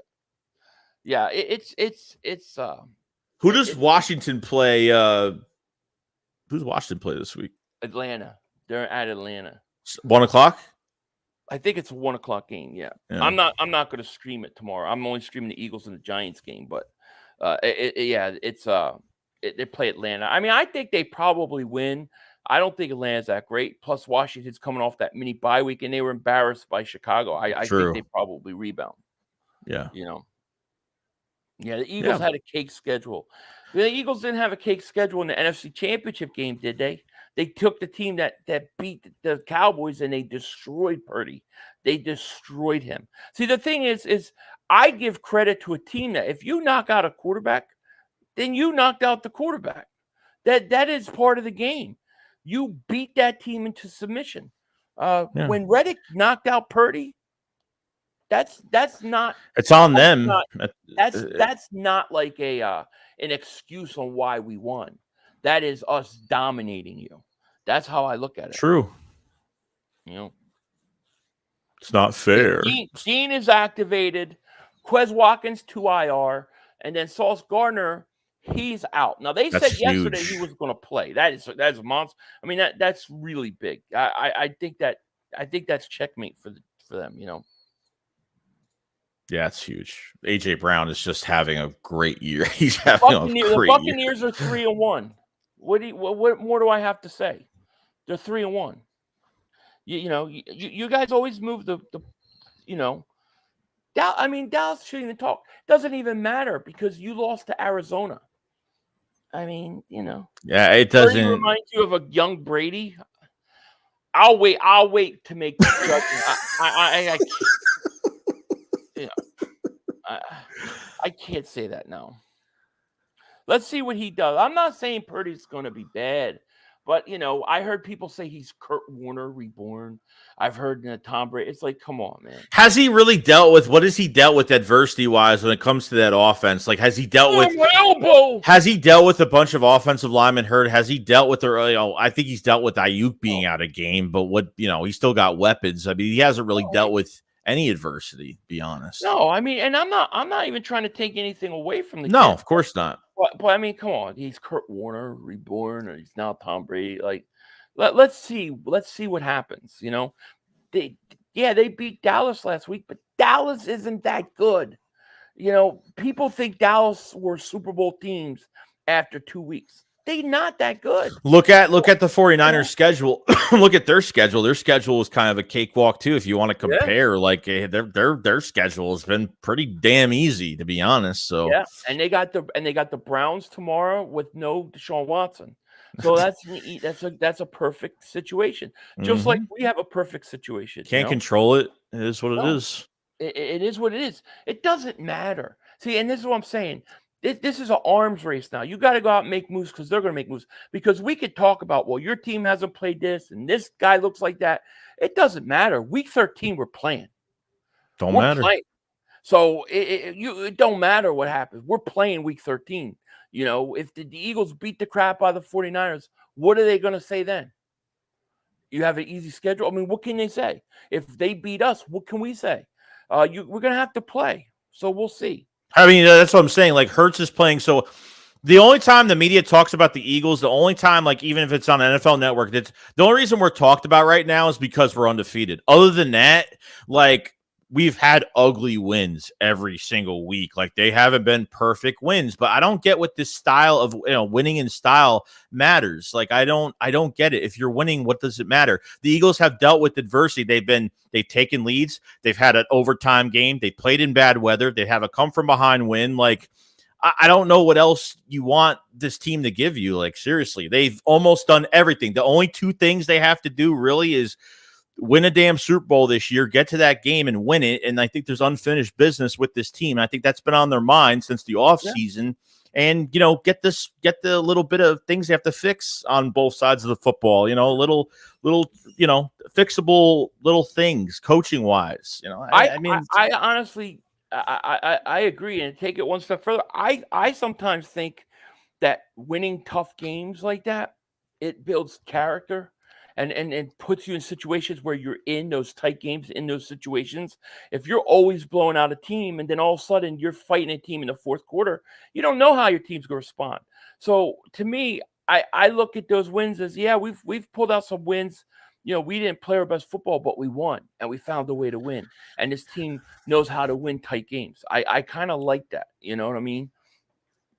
Yeah, even last year, like there are a lot of games where we only won by like one possession. Would have been a lot more if Gannon didn't breathe life into these other teams defensively. Right. So we didn't pump our chest. Like I think after a few weeks when we knew this team was good, like we were still like we weren't pumping our chest. We weren't because anything could happen. You know, what I mean, anything could happen. We weren't cocky about it. We had a lot of games where it felt like everything was easy because we'd come out and we go up big, but then we would blow these leads and then we would struggle in the fourth quarter. But we only remember that they had a big lead. So to me, it is what it is. Twit says 500, and thank you for being a member for 6 months. $500 reward if you could find my wife, Joey. Oh, it's right here. Where's my $500? Where's my $500? Did you notice how he looked under his desk when he said it? I did. Of course, he did that on purpose. Obviously, right? I know. I'm joking. Obviously. Jonah says should try to get Chinn and Judy. I listen. We agree. We talked about it earlier. Jonah, we agree, especially with Chinn. I think if you could get Chinn, Buda Baker, or Just Simmons, I think you're pretty good. Yeah. DB Talking Now says Gannon won't make a trade with Philly. This is a conspiracy theory. If that's true, if it's true. I really believe that, dude. How could he I don't know. I think there's something to it. Like, I think there's a lot of bad blood about what happened. I do. I mean, the Eagles could have had Vic Fangio. If he would have said, I might take this job, the Eagles would have told Vic Fangio, don't go somewhere. We might be hiring you. You know what I'm saying? I think there's a lot of bad blood between Eagles and Cardinals and Gannon, but they just won't say anything about it. Yeah, I think maybe. We'll see. Yeah. Shannon Legacy, 28-3. Gannon isn't the GM. I think the Eagles are pissed off at the Cardinals and Gannon. Oh yeah, I mean at least like do it if you're gonna do it, then do it like in regular season. Don't do it like between the NFC Championship game and the Super Bowl. I mean that's ridiculous. But I think the Eagles are pissed because I think they would have kept Vic Fangio. 100%. That was the whole plan, and they told him now go take the job because he said he's returning, and all this time he's out there looking at houses. Vic Fangio said, Vic Fangio actually said it at I think it was the Miami's, I don't know if it was training camp or OTAs or whatever, but he was asked the question that, because he was here and we were like, well, if he's already in the building, he's got good relationship with the Eagles. Why did he leave so fast and go get a job with Miami? I mean, obviously all this was going down and he just, he couldn't waste any time, I guess. I don't know. So. Yep, exactly. Exactly. Thank you. Finally, someone said it. Your wins are so close. If the Cowboys won a game that was close as you guys, you would be all over it. No, I wouldn't say no, never. Win. No, I never talk about how much you win by. Only Cowboy fans worry about the amount of points you win by. But here's the funny thing. You don't win close games. You're right. You get beat bad. You literally got beat and destroyed by Arizona. You should have lost to the Jets. Sauce Gardner dropped an easy pick six. I think Dallas just is. I'm telling you right now, the Eagles are not going to get. They're not going to. No one's scoring over 40 points on the Eagles this year. That's what I do know. That this team is not going to give up and roll over on any team this year. I don't care if they're even playing bad. If that's what everybody thinks, not happening. If anybody's going to score 40, it's going to be Miami, and we'll find out next week. Because I think that's going to be a legitimate shootout game. I really do. I think it's going to be a shootout. I think it's going to be a high score, and I really think the team with the best line, which is us, will win in the end. I do. Let's see. Oh yeah, but since Dallas got served their 40 burger. Oh man, it was such a great thing. The best thing that can happen now is Dallas loses to. I would love like a 10-10 game Monday night, fourth quarter, like a minute 35 left. Dallas has a 3rd and 3, and Dak Prescott throws a pick six. They'll lose. That would be it, dude. They would. Dallas Cowboys crushed. They would collapse. Mm-hmm. It's gonna be interesting. So what is it? So yeah, like new tube said, it's like, so he says Cowboys either win big or lose big. So when a team wins big in certain games, or they like, what does that tell you when a team like will either score 30 plus points on a team and then lose dramatically? It Like, tells what does that tell you? got no heart. I think it's a team with no heart. If you're either winning big or losing big, it means that you basically, however things are going, is how it's going to end up. You have no real control. You just kind of go with the flow. There's no fight. You know, if things are going great, you just keep going. You feel good about yourself. But when things are going bad, you don't do anything about it. It to me, it's a team that does not have heart. That's what I think. You know, it's not a team that can rise to the occasion. It's a losing team, losing mentality. You know, that's what I think. The complaining is just, I've never seen so much complaining from the players. I mean, they're as bad as the 49ers after a fucking game. Honestly, Oh, man. I mean, it's bad. Dude, do you imagine being a content creator and going days without even putting anything up? It's embarrassing. I mean, we lose the Super Bowl, I make a video about it. You know? the Super Bowl night. I mean, literally, like, we're making a video on, we're doing a podcast on the Super Bowl loss, like, and we have to talk about free agents, like, literally in the week, because after the Super Bowl, like, free agency is right around a few weeks around the corner. Like, you think we wanted to do that? It was horrible, but we man up, we take the loss, and we do our thing. But some of these guys are disappearing for 10 plus days. And you don't it's see ridiculous. him, and all of a sudden they post like 4 days later, Dak is still my guy. It took you all that time to say that. They stink. It's funny because I was listening to Cilio, and he said in his show yesterday, he's like, I'm starting to see what you Eagle fans meant with the Cowboys. I see it now. I didn't see it before, but now I see what you guys were talking about, because they're babies. Anyways, we'll see what happens. It'll be interesting. What? No, like Dak is like, after a few days, that's all you had to say. Yeah, that's it. It's like, what the hell? It's like, oh my God. I just want them to lose and collapse, and I just want to enjoy the show. I just want to enjoy the suffering. A Stereo Design, thank you for the super chat. Appreciate it so much. Thank you. I expect the Eagles to be 6-0 tomorrow, Joey, after tomorrow. Same here. There's no excuse. Like, it just opened it even more. Like, I thought, like I could deal with Slay not being in this game because Zach Wilson is that bad. This is the worst quarterback, other than Daniel Jones. This is the worst quarterback on your schedule. It is. It's the worst quarterback on your schedule. See, this is what Cowboy fans do, right? You constantly answer the questions. So then they start to try to move the goalposts, right? So now it goes from, who have you beaten that was good? You mentioned you had a 3-1 team, so they can't say anything about that. Then they say, well, what would you do if you always beat a team big or lose big? And then you explain you have no heart. Then they come back with, who you all played that was physical. So now we're going from, did you play a good team, to now, are you playing a physical team? Because what they're trying to say is that we lost to 2 physical teams in Arizona and the 49ers. Arizona stinks. They're one of the worst. What's their record in the league?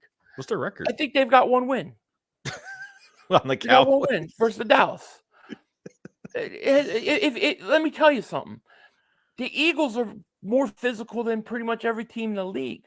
If you're getting your ass physically beat and handed to you by the Niners, well, Niners are physical, but if you're getting physically outbeaten by the Cardinals, you got no shot against us. Yeah, but it's like but Cowboys going to that 49ers game, they knew what that game was going to be. Unless they didn't. I mean, they knew what they were going to deal with going into that game. What team loses to a team twice in the playoffs and then goes in and does that? And then you have your best player say, "Oh, we didn't know it was personal." Dude, you lost 2 years in a row to them in the playoffs. Micah is soft, very man. Personal. Micah is soft. Micah is just really soft. Micah's too soft to be a future Eagle. I'm sorry. He needs to like stay off of, like, even with the draft shit, when they, you know what I mean? Like, he's got to stay off. He's got to stay, like, he just creates a target for himself, like, every single year. He's none of these Derrick Thomas. He's none of these guys. All those guys. It's a shame because he's a great talent, but his mouth just gets him in trouble. Like, it just does. He's just not that physical of a player. All you have to do is run at his ass, and they're done. Drew, a member for 38 months. Thank you so much, man. 38 months. Wow. Strawberry Daiquiri is still 2-4 in the playoffs. I know. It's Strawberry Daiquiri. I like that. It's just funny to me, you know. I don't know. It's just whatever. I can't deal with that's why I need them to just lose. Like we just got to let them implode. Let them fight amongst themselves. I want to see Mark Holmes beating up E2 Blue and chasing his son out of the house. You know, I want to see just complete chaos. You know. Don't even reach an NFC Championship game with the. I mean, the Cowboys have had a good roster. Like with that, they've had good rosters. They've had number one seed. They were number one seed Dak's rookie year. They choke at home. They run the clock out. And I mean, they stink. They're so overrated. You know, it's crazy. Devin says, Dak's still my guy. Let my head joke. That's what they said. It was like 4 or 5 days to do. Dak's still my guy. Are you kidding me? Like, it took you 4 or 5 days to work up the courage to say that. No humble. There's no one's being humble about it. At least if we lose a game, we'll be like, hey, we're not afraid to call out a guy and say, hey, you played shit. We win games and we complain about something. We get killed. I know. Because, you know, and we, you know, and we're not, you know, we just try to keep it real. Well, Phil, we got brain trauma from last year because every time like we would win where we should have won by, 2-3 touchdowns, and like these offenses were coming back in these games because of Gannon's defense, and people were telling us to relax all year. And we were like, there's something wrong with this guy. There's something's going on. And we were just like, hopefully this doesn't bite us in the ass. And it did. Yeah. It did. The last most important game of the season, it bit us in the ass. I know. And no one said a word. When we're right, no one says anything. When we're wrong, oh yeah. That's it. That's the way that's the way YouTube is, though. You know, you just have to accept that. You know, you're not going to get credit for being right. You're only going to get people be quiet until the next time you're wrong. You know, so it is what it is. But yeah, I would rather we'll get what we get than be delusional like these Cowboy fans. You know, it's just crazy. You know, it's crazy to me. Mark Holmes is giving out game balls after they just lost 48-10. You're giving out game balls. On your fireside chat, you just got destroyed, and you're giving out Cowboy game balls. They stink. It's crazy. But who gets one? Like who did he give one to? I don't know. I shut the video off after 30 seconds. This guy's insane. I can't. Well, he's not going to give it to the 49ers. You know, so you know, for courage. I want to give Dak. He probably gave it Dak Prescott because it's never his fault. All these sorry ass receivers are never his fault. Get the hell out of here, dude. If the Cowboys lose tomorrow, it would be on Monday. It'll just make my whole week. It will. You know, it'll make my. It's crazy. Anyway, is there anything else? We're like an hour 46. Yeah, you guys got lucky. We almost got a 2-hour shakedown tonight, which never happens. I just realized I'm waiting. My wife's probably gonna be like, "Where the hell's my husband?" I thought they went on early tonight. Yeah. That's what we always Jonas McGee, member for 6 months. Thank you so much. He's Cowboy fans. We're not sure if Dak is a guy after 8 years.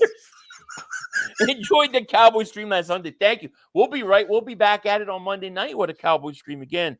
We'll have the Cowboy meltdown cam. We'll be yelling at it. It'll be hilarious. Hopefully the Chargers surprise me and actually win a meaningful game on primetime, and it'll be great. Oh man, it's crazy. I know. Cowboys fan, a couple of them came in this stream. That means it took them all week to get the courage up to come. They didn't see them all week. Yeah, I've never. It's amazing, like how many stayed away. Like it's crazy. It's crazy. And the only question is, the best question: who have you beaten that's physical? Who have you beaten that's physical? Because they lose a physical team. I mean, come on, dude. Like you can't make it up. Oh my god. They're nuts. It's insane. What tomorrow? Dak's gonna throw a pick, and they're gonna be like, "It's not his fault. It's the wind." It's like always something that's never Dak's fault. Like Dak stinks, And then they're like, "Well, Dak did this, Dak did that." It's like, well, Dak should have threw a pick 6 against against Sauce Gardner against the Jets. Yeah, he should have dropped it. So things kind of even out. It is what it is. How many picks does he have now? I think he has 3. No, he has 4, right? 3 or 4. Yeah, I think so. Yeah. Yeah, I think he has 4 picks. I want to say 4. He said he guaranteed that he wouldn't throw 10 this year. He's already got 4. Almost half. Versus Super J goes, the game balls better have never been Nerf. No, they were real footballs. He's sitting there. He's got 3 footballs, and he's got his fireside, and it's like game balls. I'm like, what the? You just got 40-something points scored. You're giving game balls? Are you kidding me? I don't smoke a cigar when we lose. Right. I don't do that. That'd be cigar videos for losses. Like nobody gets a game ball when you get beat that bad. Don W. Davis super chat. He goes, "Who here rides the bus to work?" Yeah, the Cardinals team sure. That's so true. I mean, they take the bus to work. Very physical team. God, that was cringy as shit. That was very cringy. Oh man, it was. That's the guy that beat the Cowboys. That's the coach that built. Even the Giants beat the Cardinals. I know. Even the Giants. Second half comeback, dude. God, I swear the Dallas Cowboys better not lose to the Chargers this week. Because I'm telling you, it's over. Their season is over if they lose. It's over. I don't think they'll make it. Like, I think they'll literally collapse. Because when they lose a game, it's so mental. Everybody complains, like everybody does. Everybody shows it, and everybody knows it. It's just it's nuts. Alberto says 500. Why was I putting a timeout? I put everything where you shouldn't have been in a timeout. If you're in a timeout, then let me know who timed you out, and I'll look into it. I don't time out people, so you shouldn't have been timeout. And if that happened, I do apologize, but it was not. I know nothing about it. But I'm sure the timeout wasn't Dak Prescott's fault, though. I can tell you that. It wasn't that. All right. Well, I guess we should leave on the note on a good note. Dallas still stinks. It's true. Is there anything else you want to say on the way out? No, I mean, I hope they go through 4 quarters. I mean, now I think the big thing that I didn't expect was Sauce being out. That's huge. Like, I don't think anybody realizes how big that is going into this game. So, I'm expecting. What are you expecting sack wise? Do you think they'll? I think 5-6 sacks. That's what I want. Yeah, that's what I want. I think they have 5. I actually think Jordan Davis is going to have a sack and a half. I got a feeling Jordan Davis is going to have a big game, dude. I do, but I think Hassan Reddick continues to roll. He gets streaky. That's the way he is. He could have 3 sacks tomorrow by himself. It would not surprise me at all. It would not surprise me. I don't doubt it. I feel good about tomorrow, man. I really think tomorrow is going to be a good day for us. I think Washington probably. I don't know if we could have another week where every team in the division loses, but I think Washington wins. Happened twice. Win. I think the Giants lose, and I think, unfortunately, I just don't think the Chargers can win a big game. So until they can prove to me they can, I unfortunately can't take them. But I'll be rooting for them though. I'll be definitely, of course, for them. We'll be rooting for the Chargers hardcore. True. All right, man. Anything else you want to say before we get out of here? That is it. Let's do it up. Let's get to 6-0, guys. That's it. That's all that matters. There you go. All right. 6-0. We will see you tomorrow. Joe, you streaming tomorrow's game? Yes, I will be streaming. Joe will be streaming. I will be streaming. I'm doing a doubleheader tomorrow and then a game on Monday. So look for that. It should be a lot of fun. With that, we out. Peace. Play. We had one. Yo, you gotta be motherfucking kidding me. You gotta be kidding me. We have no time for one more play. Look at this motherfucker running from a. to get off the field on 3rd down. What was that bullshit? That is not right. Tell him more. He's got to be better, man. Oh, that's some bullshit. What was that? We had enough time for one more play. We had an opportunity to win that game at the end. But the referee screwed us. The brother screwed us. I'm upset, but the brother screwed us. At least they fought back and tried. Only Cowboys games. Yeah, you literally. The brother screwed us. The brother screwed us. It's going to end the way We had an opportunity for one more play.